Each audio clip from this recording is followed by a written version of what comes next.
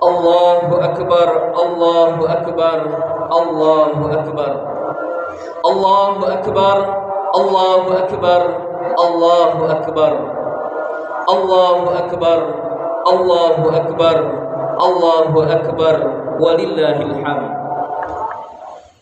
Allahu Akbar kabira, walhamdulillahi katsira, wa subhanallahi bukratan wa asila. Wa nashhadu an la ilaha illallah wa la na'budu illa iyyah. Wa nashhadu anna sayyidana wa nabiyyana Muhammadar Rasulullah wa rahmatuhul muhda sallallahu alaihi wasallam wa baraka ala sayyidina Muhammadinil amin wa ala alihi wa ashabihi at-tayyibin at-tahirin. Amma ba'du. Fausikum wa nafsi bitaqwallahil aliyyil azim. Al-qaili fi kitabihil karim, kul bifadlillahi wa birahmatihi fabidzalika falyafrahu huwa khairum mimma yajma'un. Shadaqallahul azim. Ma'asyiral muslimin wal muslimat rahimakumullah. Wasiat takwa senantiasa dan akan terus mengawali setiap khutbah, karena dalam kehidupan abadi di akhirat kelak tidak ada yang bermanfaat bagi kita kecuali takwa dan amal saleh. Untuk itu, mengawali khutbah yang singkat ini, kami berwasiat kepada kita semua agar senantiasa berusaha untuk meningkatkan ketakwaan kepada Allah Ta'ala dengan melakukan semua kewajiban dan meninggalkan seluruh larangannya. Hadirin jamaah salat Idul Fitri rahimakumullah. Selama 1 bulan penuh kita telah menjalani pendidikan dan pelatihan di Madrasah Ramadan.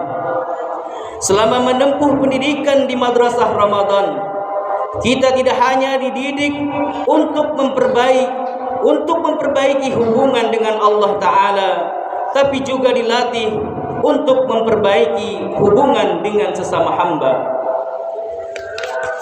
Pada hari ini, di hari raya ini, kita semestinya merayakan kemenangan sebagai orang-orang yang berhasil melewati berbagai rintangan selama menjalani pendidikan di Madrasah Ramadan. Kita rayakan keberhasilan dengan menundukkan hawa nafsu. Kita rayakan kesuksesan dengan mengalahkan tipu daya setan. Kita rayakan kemenangan karena kita telah melewati Ramadan dengan berbagai ibadah dan kebaikan. Di hari raya ini, kita juga semestinya merayakan kelulusan dari Madrasah Ramadan dengan meraih predikat sebagai orang-orang yang bertakwa. Sebaliknya, jika keluar dari Madrasah Ramadan, kita belum menjadi pribadi yang bertakwa, belum berhasil menundukkan hawa nafsu, dan masih kalah dengan tipu daya setan, pantaskah di hari yang fitri ini kita merayakan kemenangan? Layakkah kita berhari raya? Oleh karena itu, hadirin sekalian, mari kita bermuhasabah, kita introspeksi dan evaluasi diri kita. Apakah kita telah layak merayakan kemenangan di hari raya ini? Hadirin jamaah salat Idul Fitri yang berbahagia, Ramadan tiada lain adalah madrasah yang menempa diri kita menjadi pribadi-pribadi yang lebih baik, yaitu pribadi yang memenuhi hak Allah dan hak sesama hamba, pribadi yang melakukan kewajiban kepada sesama hamba dan kewajiban kepada Allah Subhanahu wa Ta'ala. Ketika menjalani pendidikan dan pelatihan di Madrasah Ramadan, kita ditempa untuk menerima berbagai pelajaran, dan di antara pelajaran yang berada di Madrasah Ramadan, yang pertama adalah takwa. Tujuan utama dari puasa adalah la'allakum tattaqun. Artinya, puasa Ramadan diwajibkan agar menjadi wasilah bagi kita untuk meraih ketakwaan. Ketika berpuasa, kita mendekatkan diri kepada Allah dengan meninggalkan syahwat makan, syahwat minum, dan syahwat lainnya. Kita melakukan hal itu tiada lain karena kecintaan kita kepada Allah lebih besar daripada kecintaan kita kepada diri sendiri. Di bulan Ramadan, kita dilatih untuk mempuasakan seluruh anggota badan semampu yang dapat kita lakukan. Mata berpuasa sehingga tidak melihat yang haram, lisan berpuasa sehingga tidak mengucapkan perkataan yang diharamkan. Begitu pula hidung, telinga, tangan, kaki dan sekujur badan ikut berpuasa sehingga tidak melakukan perkara-perkara yang diharamkan. Bahkan jika mampu, hati juga ikut berpuasa. Dan puasanya hati adalah mencegahnya secara total dari pikiran-pikiran duniawi dan segala hal selain Allah Ta'ala. Pelajaran yang kedua, ikhlas, yakni melakukan ketaatan semata-mata karena Allah Subhanahu wa Ta'ala. Puasa mengajarkan kepada kita keikhlasan dan menghindarkan diri dari niat ingin memperoleh pujian dari sesama. Puasa seorang mukmin adalah rahasia antara dirinya dengan Allah Subhanahu wa Ta'ala. Tiada yang mengetahui puasanya kecuali Allah dan dirinya sendiri. Jika mau, sangat mudah bagi kita untuk melakukan hal-hal yang membatalkan puasa tanpa diketahui oleh orang lain, lalu kita tampakkan seolah-olah diri kita masih berpuasa.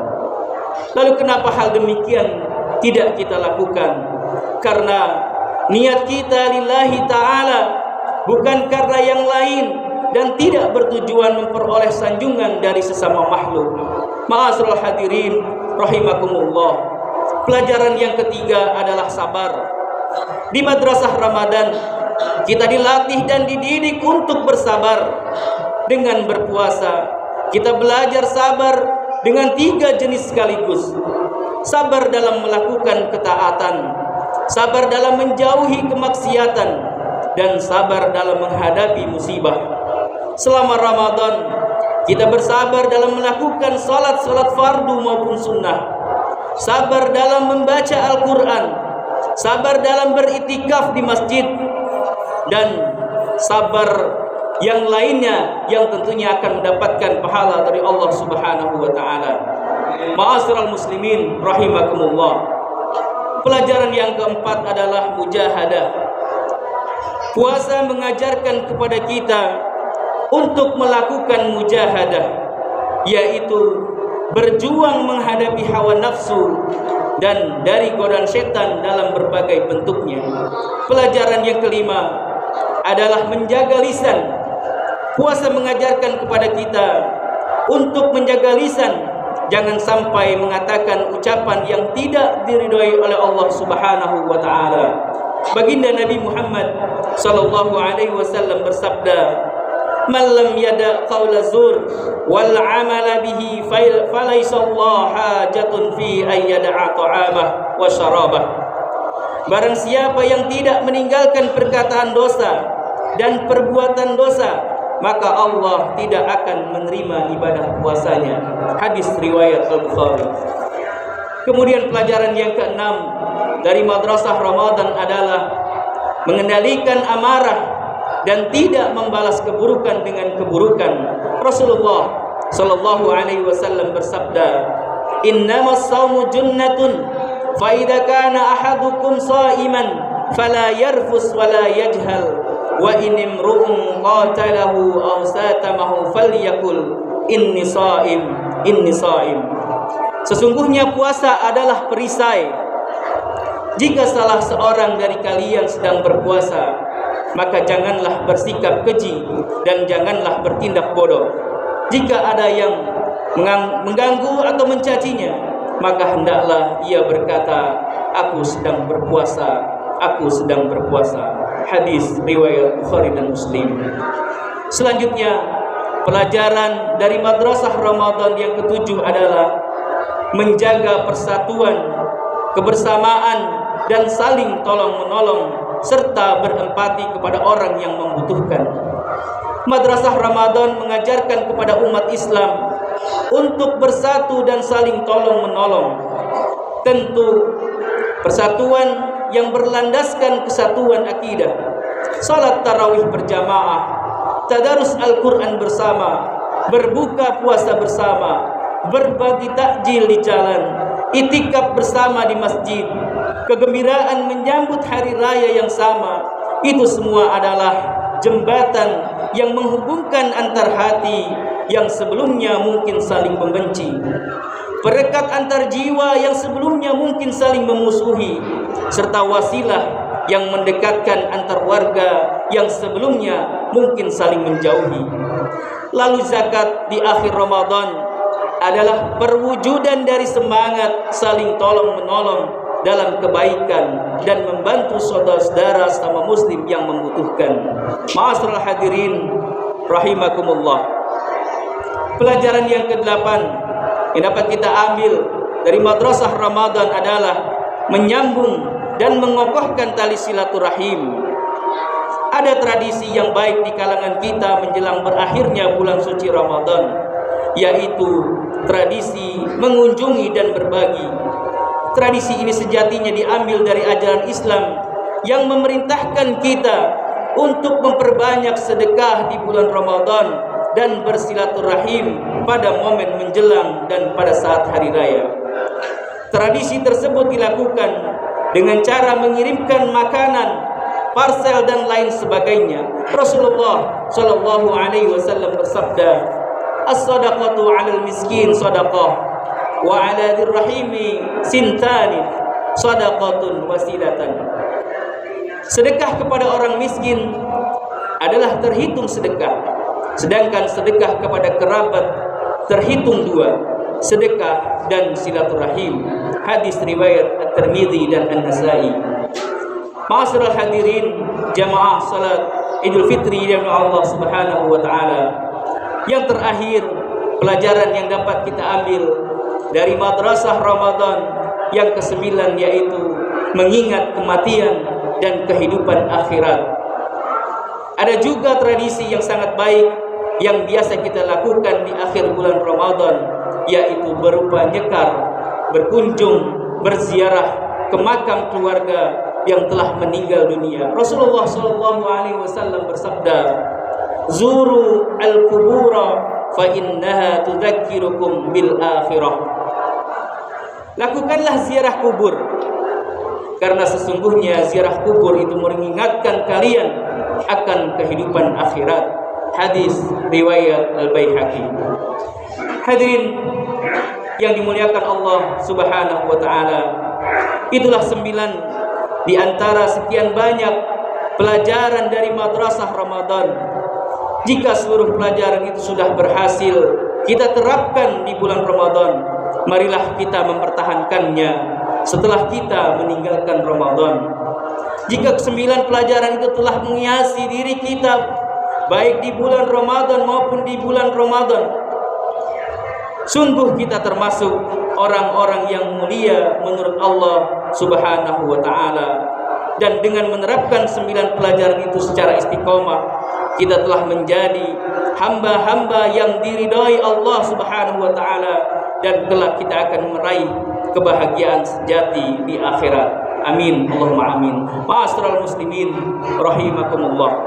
Demikian khutbah Idul Fitri pada pagi hari ini yang penuh dengan keberkahan Allah Subhanahu wa taala.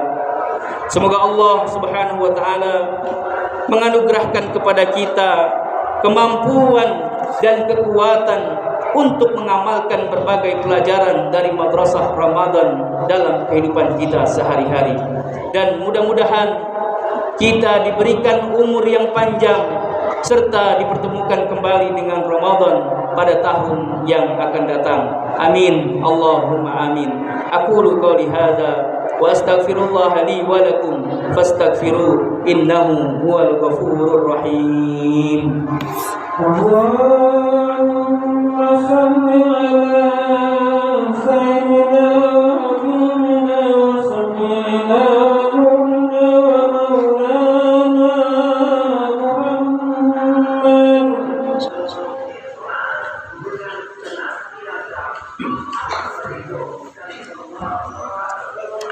Allahu Akbar, Allahu Akbar, Allahu Akbar, Allahu Akbar, Allahu Akbar, Allahu Akbar, Allahu Akbar, Allahu Akbar, Allahu Akbar, walillahil hamd.